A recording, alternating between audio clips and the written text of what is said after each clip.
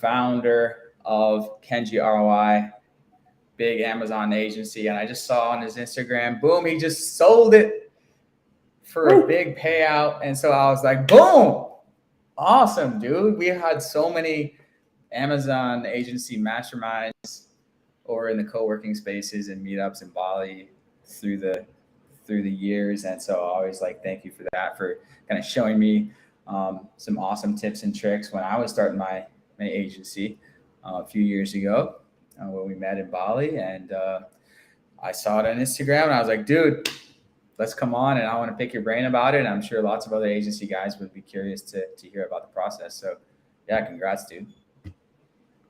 Yeah, I'm excited, man. And good to connect here again. We're not too far away, Bangkok and Bali, just kind of next door neighbors. But yeah, I mean, the process of selling the agency, something I've always wanted to do is sell a business. And there's a few reasons why I did it, which we can get into in a little bit. But I'm just excited to have my first business sale under my belt and just have a little bit of freedom to do a bit of traveling and head off to Turkey with my girlfriend for a little while and just have some time to just brainstorm the next business and not have the pressure of just always having to keep producing every week, because it's been like 6 years or so of hustling with this agency. Yep. And this is the first like big break that I'm going to be able to take here. Yeah, dude, that's super, super exciting. And so this episode will kind of be geared towards just, myself and other versions of myself. It's like other agency owners who have always been kind of curious, like, what does the process look like? How easy, how hard is it to sell an agency? Can you even sell your agency? And so, yeah, give an overview for what was maybe first of all, what kind of gave you the motivation to look into selling it, and what was the process like? Yeah, I mean, I always kind of had it in the back of my mind that I wanted to sell the agency at some point.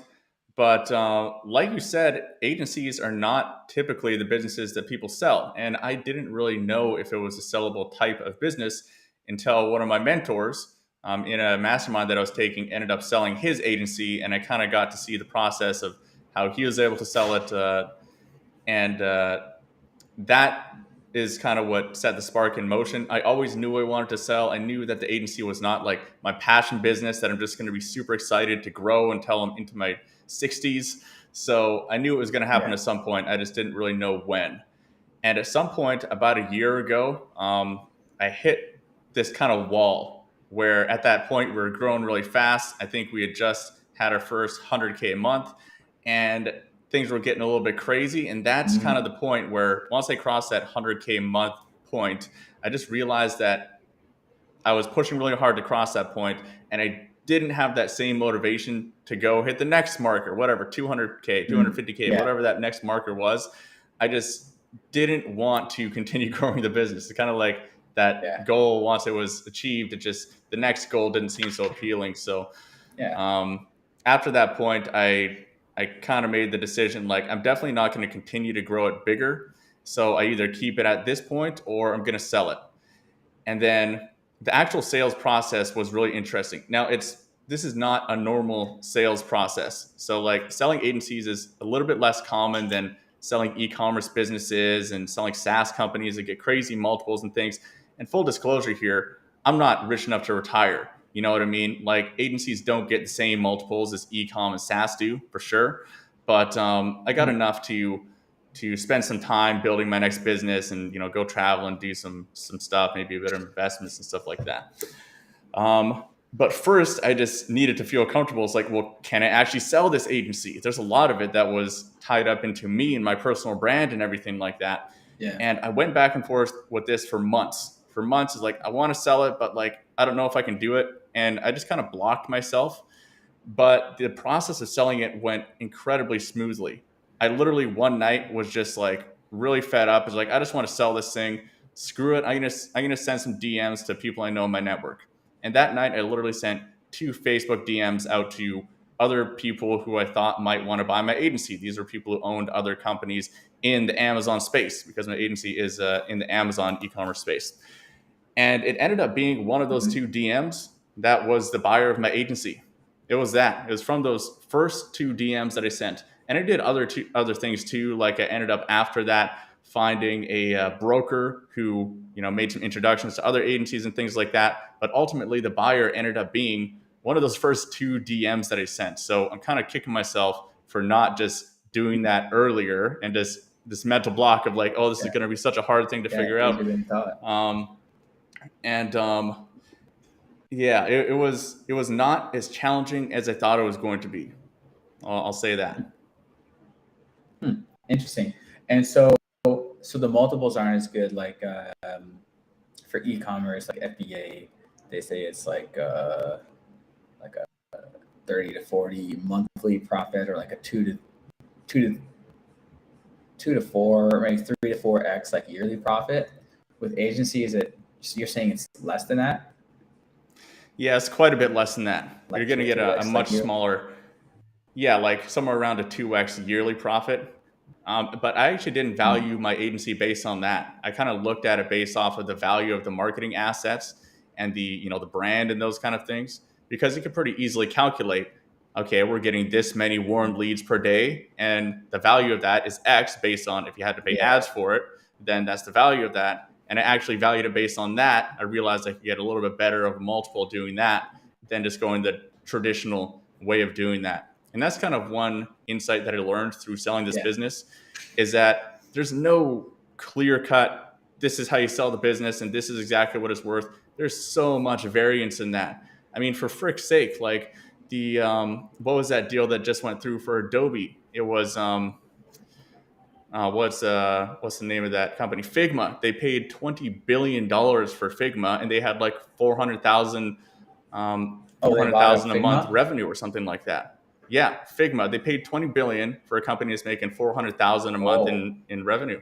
So there's so much variance in what a business is worth, not only to another company, but to maybe a specific company. Your business is worth a lot more. And for me, that ended up being my buyer was someone who this specific company is specifically interesting to them.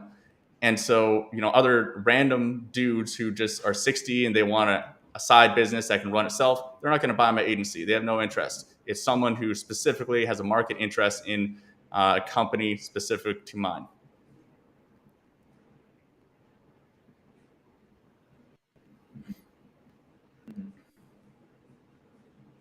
Right, but someone maybe who's in the Amazon / e-commerce game, they're buying your assets. So your traffic flow, your maybe existing customer list. Oh, maybe they have a product that they know the value of that email list now. I remember you telling me that you were getting a lot, if not most, of your warm leads from like organic Google search. Yeah. SEO on Google specifically was our main driver that really made us take off. So Was that still the case? Getting like most or a lot of your leads from Google organic?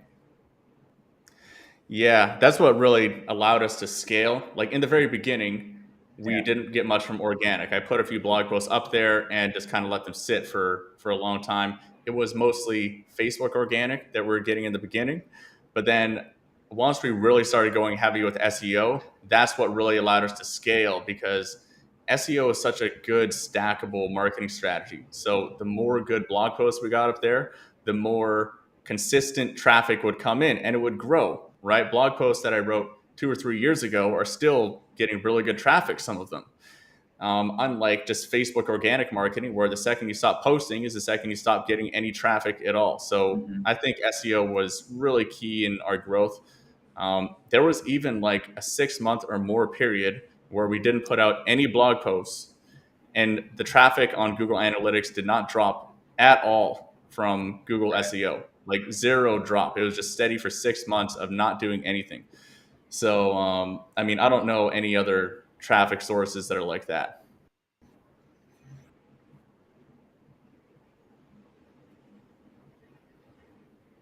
Mm-hmm. Mm-hmm.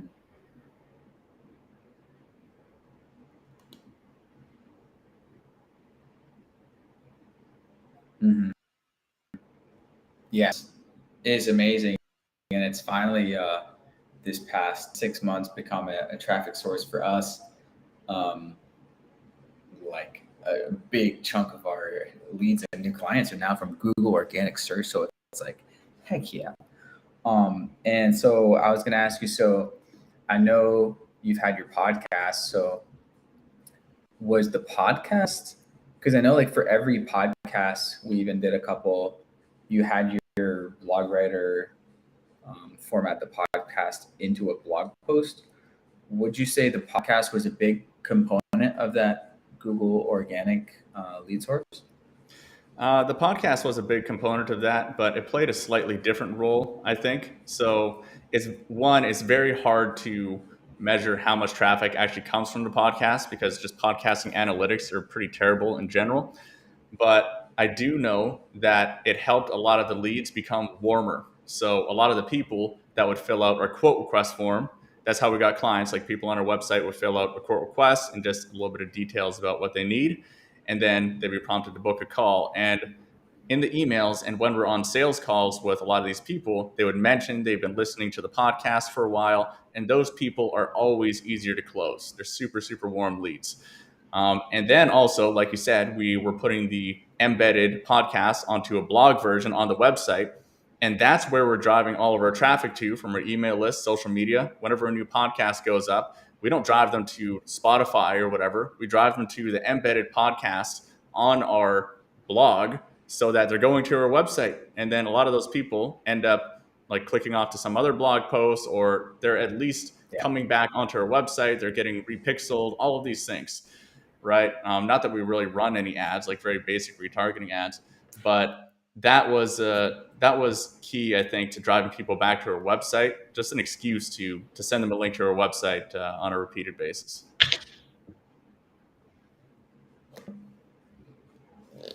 Yeah, right. And that increases the domain authority or health of your website because you're getting visitors that are hanging out there. Google likes that.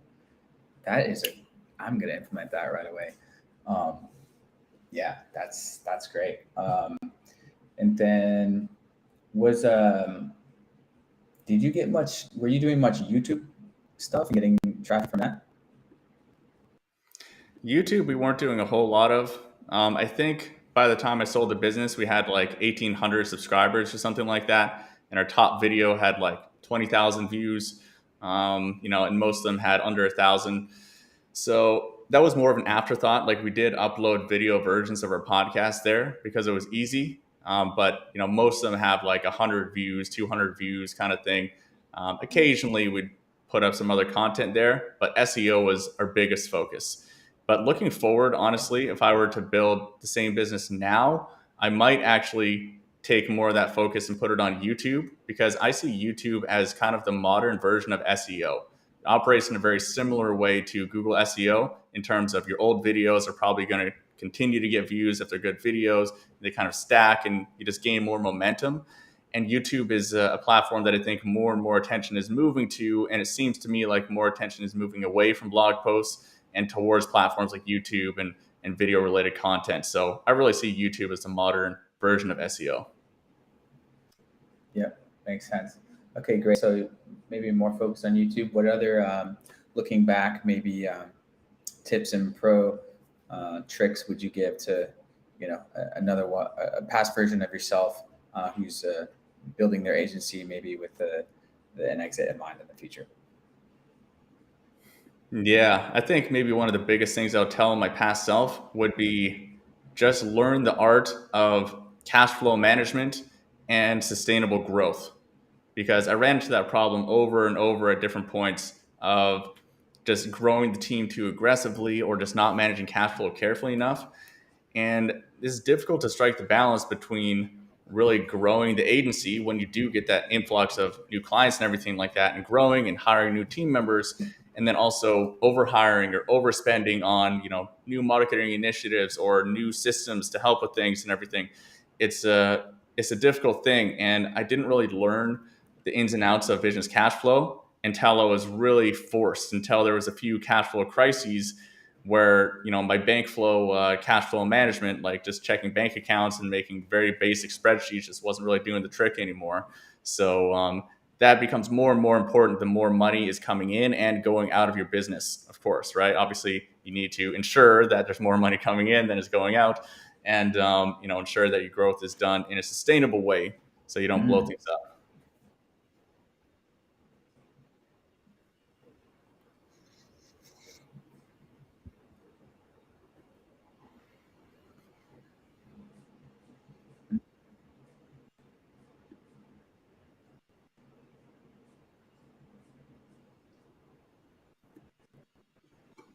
Mm-hmm. What were there any like apps or systems or QuickBooks or something that you started using that was like a breakthrough on that front? For the cash flow management, I think the biggest breakthrough was it was part of one of the agency mentorship masterminds that I was part of. It was like a year-long mastermind for agency owners doing more than 50K a month. And there was some guest that came on there who was just, he managed a lot of different companies' books and everything like that. And he had this budget sheet. It was a spreadsheet that just went through basically your chart of accounts like you would have in QuickBooks, but he had it worked out in terms of percentages of like, these types of businesses typically spend this percentage on team, and this percentage on ads, and this percentage on this, and everything like that. And that spreadsheet is a bit of a beast to get your heads around, but just knowing those rough percentages of what you should be spending on team, what you should be spending on this, what you should be spending on this, was super, super useful.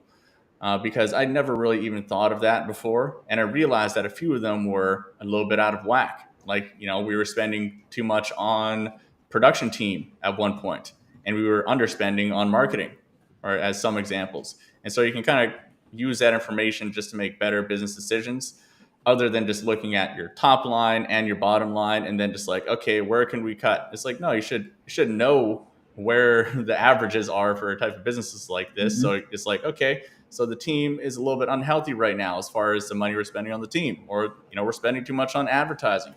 That was probably the biggest breakthrough for me in just learning how to manage the cash flow. Yep. Yeah, that's a huge thing. And okay, if we have any comments here. All right, what other were there any kind of real big Oh, did we lose Riley here? tips or lessons learned that you would share with I think he might have popped out here. Oh, there we go. You're back. tips? I'm back. All right. Too many windows and the switches in this restream thing. Okay, cool. Proper cash flow management. What's another kind of major key or lesson that you would share with a kind of a past version of yourself? I would just say, I would have used mentors faster in different situations. Once I started spending more money on mentors and different masterminds and things like that, it just really accelerated the progress a lot. Like there were some situations where there was like a key hire or a key change in the business that I could have made like 6 months or even a year earlier, and I just didn't. Like hiring an operations manager, or certain things like that, or just like having a bookkeeper so we have actually accurate financial statements and things like that. Those kind of things that just seem obvious in retrospect, I started hammering through those things a lot faster once I was part of a mastermind where I could just get the help that I needed, and I had a problem, I could just go straight to someone with a $400,000 a month agency, or someone who had already solved those Mm-hmm. problems.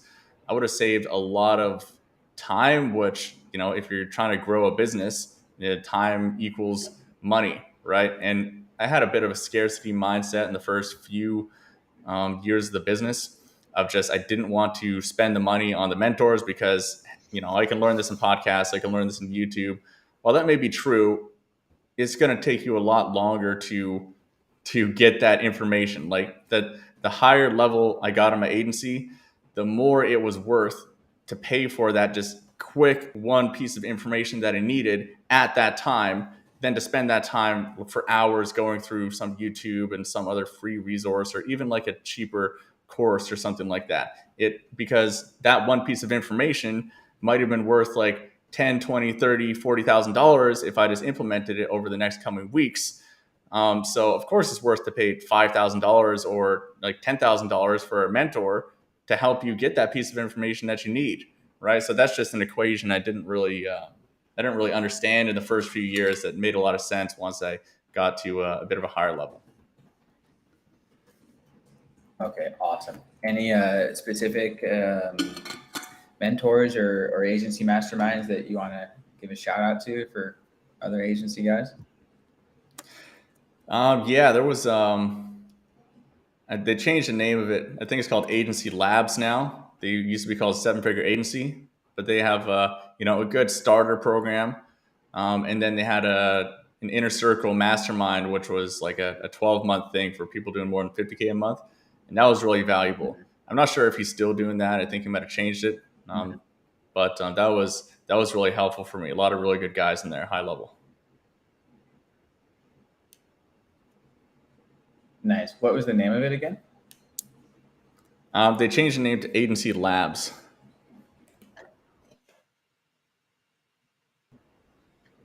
Agency Labs. Nice. Yeah, I got my I started my agency at a mastermind. It was like a 2-week villa mastermind retreat type of thing in Bali, and that was super sick. Like, really got me jumped off to the races. And yeah, I'm always preaching that message as well. Agencies, masterminds, masterminds and mentors are the best best shortcut there is. Totally agreed. And any other kind of big tips, takeaways that you would share to other agency guys that are building up? Let's see. Agency guys who are building up. So assuming that people already have an agency, the last thing that I would say that would be really applicable to a lot of agency owners, because I know a lot of agency owners start out doing a lot of the things themselves and just kind of overworking and everything like that. I would say, as soon as humanly possible with your cash flow, hire some sort of operations manager. And operations manager is a bit of a scary term. You're like, well, I can't afford to hire an operations manager. Then call them whatever you want. Mm-hmm. But you want someone who can handle the random day-to-day things that come up, like managing contractors, or following up with someone on the graphic design team for something, or client messaging, those types of things, right? And it's a bit messy. Like, in the beginning, maybe you have someone who's managing client messages and cleaning up those little random things that come up there, but later you're going to split it out into a full-time account manager who's talking to clients, and then full-time operations manager who's only doing things, right? But in the beginning, like, the most valuable person you can have is that person who's just going to do the repeatable things that just pop up every day, clean up the client messages, clean up the random, following up with team members and stuff like that needs to happen, because that is just such a time suck. It's such a focus suck, and it's such a low value thing in your business that just needs to happen to keep running. You should be focused on how do you grow. Who's your next hire? What's your next marketing strategy? You need to hire a sales rep and scale a sales team. Like, all of these things are things that you probably can't hire someone to do. But all these operations things that you think are so difficult, they're really not. Yeah. Oh man, that rings the bell so true, dude, because I'm basically my operations manager, in my business, but I'm the CEO. I should be focusing on the biz dev. It's like exactly like the transition between, like, boom, kickoff call and then over to the account manager. There's things that slip through, like, oh, he shared this PDF about his products, but it didn't get put in the chat. It's like overseeing the all of the accounts and making sure that, like, everything is just like pieced together. That is a time suck for me. And so that is double confirmation that operations manager, boom, coming soon. So I can focus on the high level, 10,000 an hour tasks that they say, the biz dev, the long-term building up YouTube assets, the Google traffic, the building up the podcast, the strategic partnerships. and all that good stuff. Totally, man. Because if you're going to hire someone to do that, you're going to have to pay a consultant, probably one who knows what they're worth, and you're going to have to pay them thousands of dollars just for a one-time thing. They're not going to know your business as well as you do. You're going to have to spend a lot of time getting them up to speed on your business. You should be doing those things, and pass out the menial things to someone you can hire. It's totally hireable. Yep, totally. For hiring, were there any kind of lessons you learned with hiring, or best places that you found your best hires, like through networks, or was it just like, freelance platforms, or what were the kind of lessons learned with hiring? I mean, the biggest thing about hiring is that it's so for some context, when I sold the company, it had, I think, 22 full time employees. We peaked somewhere around like 25, 26 full time employees. Um, and so I've hired probably over the course of the business more than 40 different full time employees, not including any contractors and things like that. And the biggest thing that I learned was the time that it takes to hire someone really good is way, way longer than most people think. Just the amount of effort. It's not, you don't need to go through 100 applicants. You probably need to go through like 500 applicants to find one that's actually really good. If you really look at like the amount of people that apply, you eliminate those, you reach out to the ones who need an interview, and then the ones that pass the interview, and the ones that pass the final interview. You're probably going to have to go through at least 500 applicants, which takes a long time. It takes a lot of effort. It takes, more than just like a week. It's probably going to take more than a month, maybe more than 2 months, depending on the hire, right? If you need a virtual assistant, maybe it's not worth it to go through all of that. But if you need to hire like your operations manager or someone who's just like got to be a really good producer or something, you're going to have to spend a lot of time and effort to find that person, because the sad truth is that the vast majority of people who apply for a job are just terrible employees. They're just bad employees. For whatever reason, they're not a good fit, or they're just, not motivated, and they're just looking for any random job, and they're not going to give a shit about anything. And that's like probably 99% or more of the people who apply for a job. So I learned that the hard way by getting really frustrated, going through different interviews and things, and being like, whatever, I've gone through enough applicants, like this person's the best option, so I'll just hire them. When I should have just said no and just kept searching for the right person, even though it took an extra few weeks or it took an extra month, because that is so worth it to find the person who is really killer, and they're going to be an asset for your business for months and months or years in the future. And you got to think about it like a good investment, because it is an investment. You're investing in this person every month, their salary, a good chunk of money, right?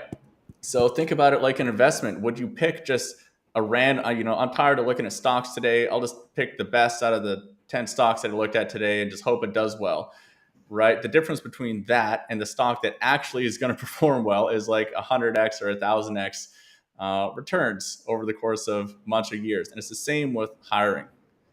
Mm-hmm. Yeah, those rock stars are the key for sure. And I've been saying this ever, like the reason we've been able to even get to, like the 50K plus level is because I was able to duplicate myself as an Amazon expert rock star.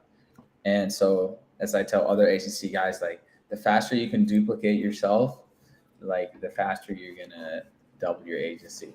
And so, with the 500 applicants thing, are you mainly referring to like overseas/VA hires?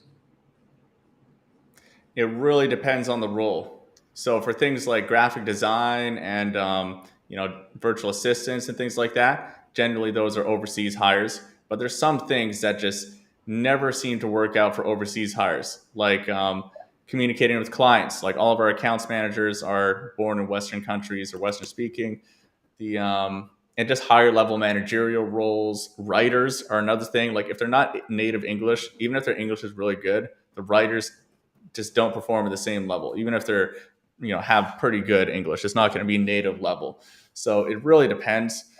In general, there are really good performers overseas, but for something like an agency, if you're serving a Western market and most of your clients are Western clients and they're selling on Amazon US, then probably all of your top players are probably going to be born in a Western country and you're going to have to pay them a Western salary, right? And also the Filipinos or the people in other Asian countries, for example, most of the real A players, they're not going to be happy with typical Filipino salary. They know what they're worth.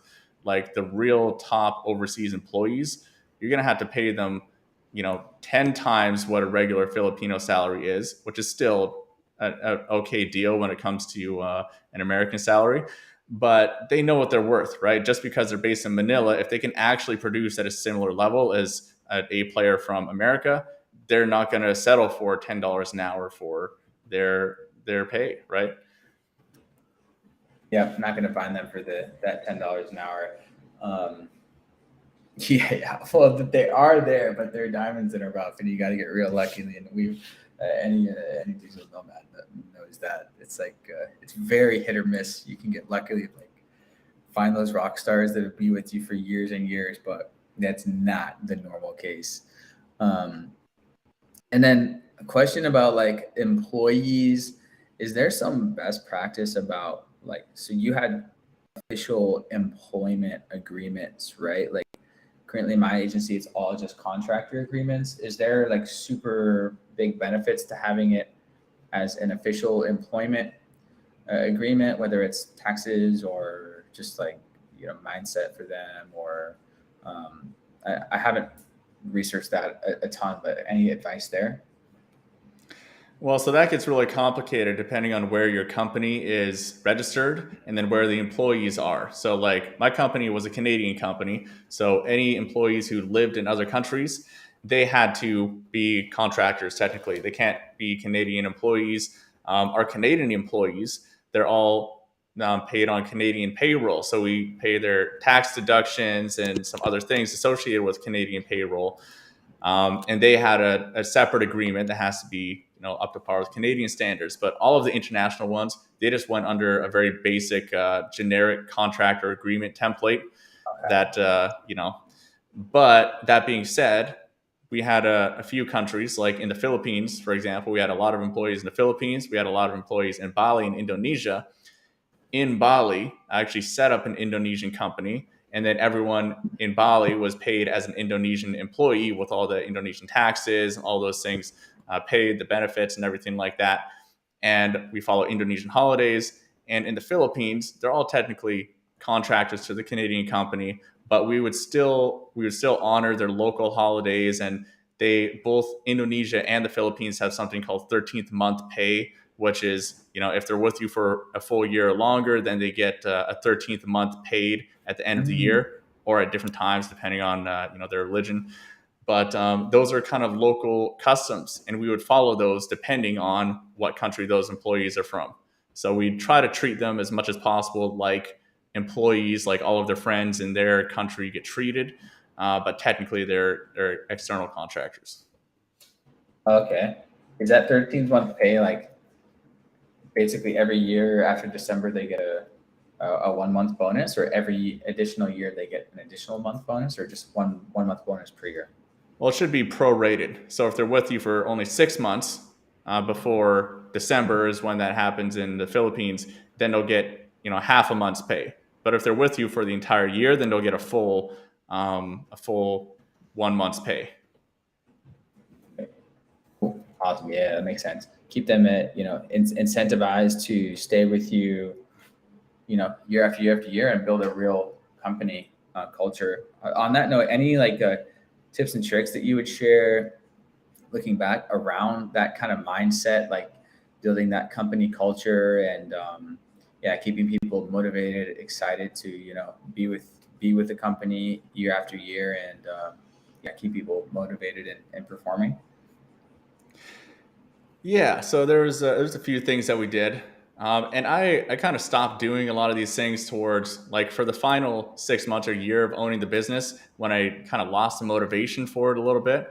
I wasn't doing as much of these, but as we're growing really quickly, these were really really good. So we had a Friday games call. It was a call with the entire team every single Friday on Zoom, and we would just do fun shit. Like sometimes we play Jackbox games, like there's the fun games we can play on our phone together, or we do random things. Like we'd all open a Miro board and we'd be drawing on the Miro board. There'd be a challenge, like you have to draw like an old woman farting or like something ridiculous, and then one person would just like, or everyone would vote who the best drawing was, and stuff like that. And it was just fun. And every once in a while, like maybe once every few months, we would do fun competitions. Like one of our favorite ones is we did a graphic design competition. So everyone got paired up with another team member, and they had to Photoshop the other person into some weird picture, some weird thing. So like some people like photoshopped. I photoshopped one of the team members' face like onto the moon, like in a moon landing conspiracy photo. It's like, this is where COVID came from, and it's from Maria, our graphic designer. And it was just super fun. Just everyone just being silly, and everyone gets to know each other a little bit more. And it does have a bit of a cost, right? It's 1 hour every Friday, and that's your time, and that's all the team's time that's on the clock. But it definitely raised morale quite a bit, especially during those times when the workload was increasing all the time. Like we're growing really fast at that point, and things were a little chaotic.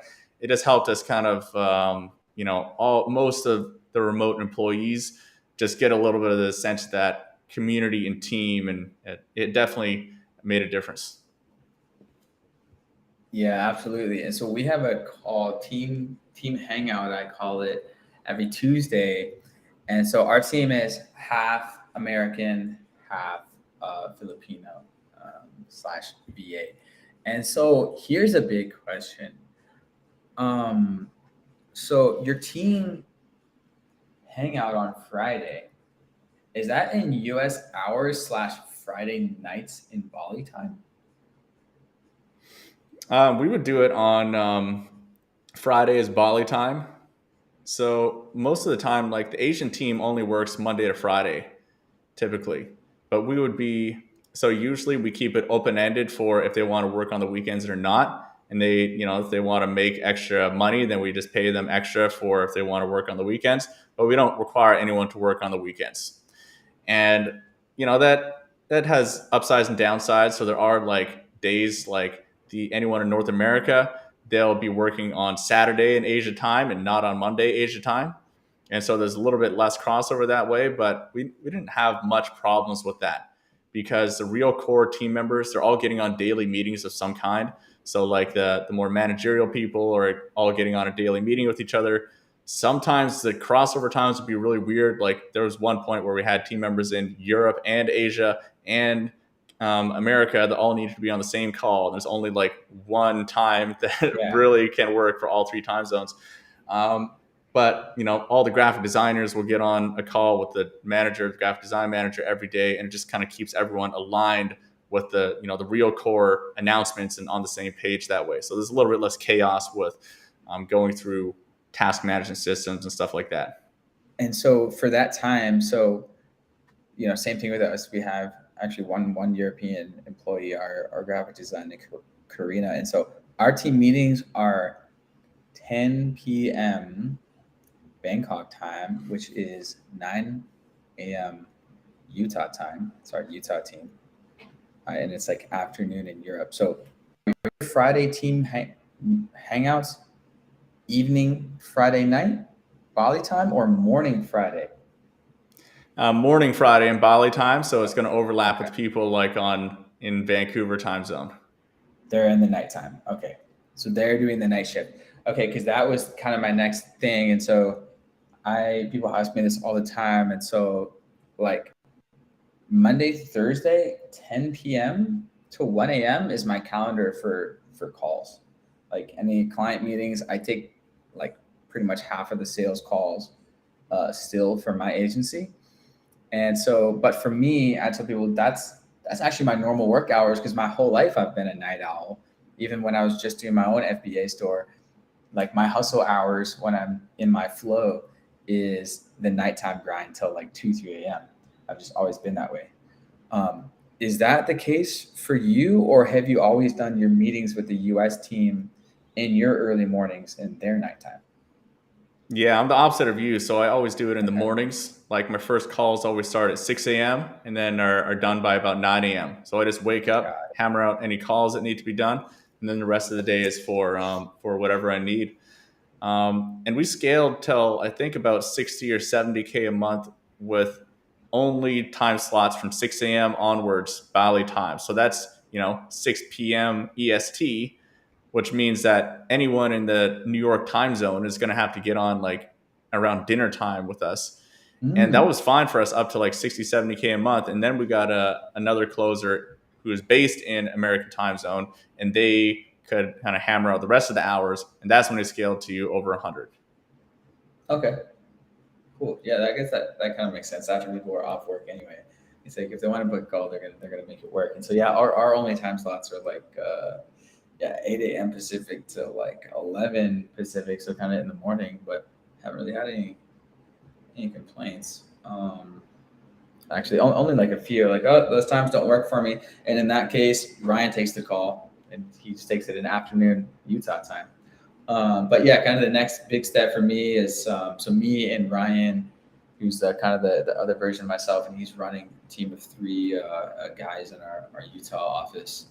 Um, is bring on another closer. Boom, they handle that, and then so my kind of won't be taking any like client calls in the evening.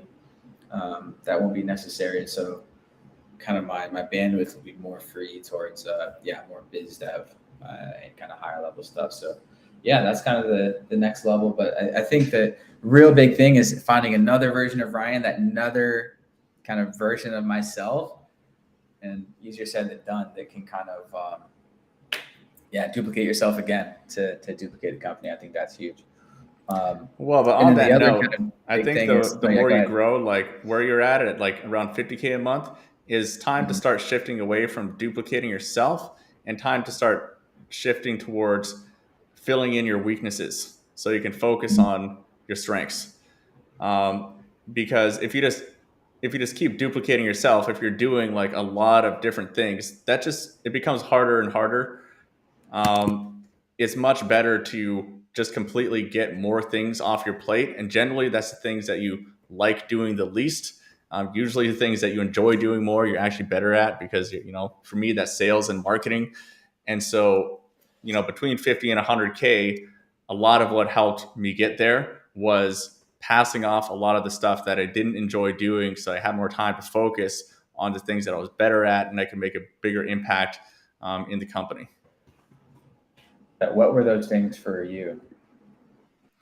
For me, like any financial stuff, and definitely like anything operational. So, I mean, at only 20K a month, we hired our first person who was, I guess, a mini operations manager. But after 50, there was someone who really took like any day to day operations off the hands. That was huge. And then I pretty much focused almost all of my time on one, learning from different mentors, and then implementing that when it comes to growing the company, like sales, marketing, systems, like getting better systems in place for hiring, HR, onboarding team members, onboarding clients, like just getting everything in a place where it can scale.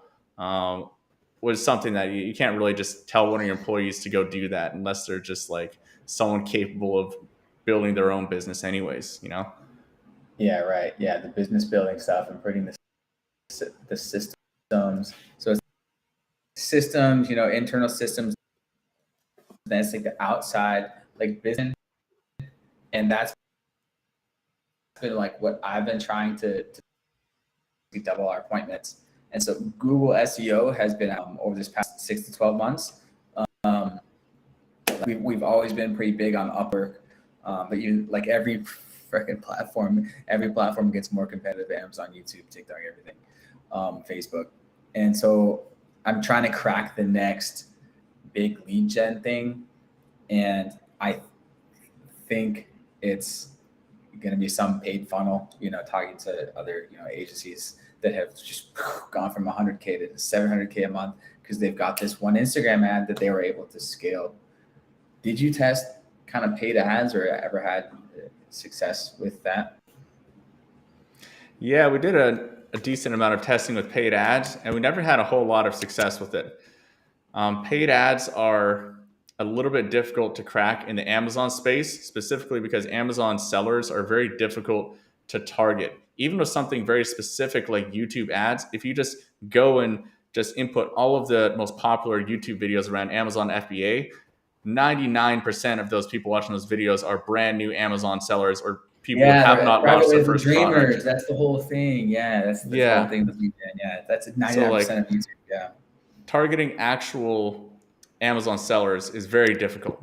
It's not something that you can really do through Facebook and YouTube ads unless you have an ad that just crushes so much that even though it shows to 99% people who are not Amazon sellers, that 1% is just going to convert really well. And I never managed to crack that. I think intent-based marketing is just a lot easier.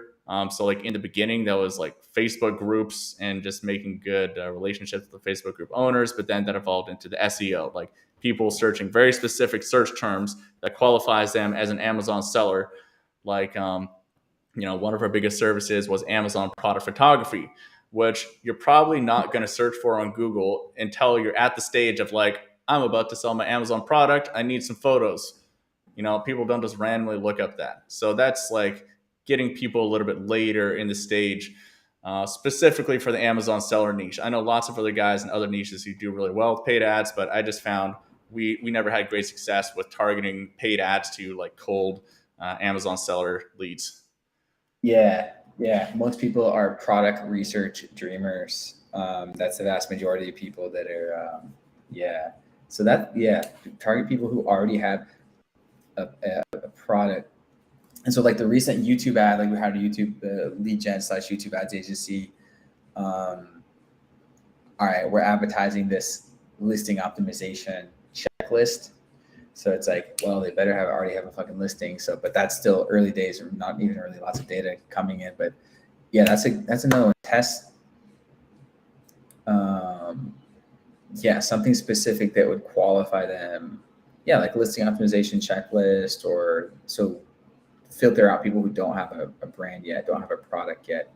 But also, I'm starting to think like maybe it doesn't hurt to collect those email addresses, like maybe with those product research streamers, because some maybe in the next 6 months, maybe they will have a product that they need to launch, that they need PPC management. So yeah, I lots of mean, there's testing. some value to it. It's just that when you're paying for the ads, then it's like, what is the actual value of each one of those email addresses, right? Because then it's an actual cost to it. Because we did get quite a few people who, that when they finally message us, they let us know that they've been following us for multiple years. And then they're finally ready to launch their first product. Like that, we had that happen quite a lot of times. So it definitely is value to it. But the thing about the paid ads is like you need to know an exact value to it. It's like that email is worth like $2 or whatever, or else it's not worth actually spending the money, right? Yeah, yeah, they're recommending. So like it's basically a low ticket. We've all seen these low ticket front end offers. So it's like a $27 checklist, or mini guide or mini workshop or something. So a self paying funnel or whatever that builds your email list or whatever. But anyway, cool. Yeah, that's good to know. And so Google SEO, as I asked you like 2 to 3 years ago, was your guys' bread and butter. Makes total sense. That's where the hottest leads are. They're searching out exactly what they need, and so yeah, that's why kind of content like catch people like exactly where they are in the funnel. Okay, awesome. Wow, already up to almost 50 minutes here. P Smith, shout out, graduated money.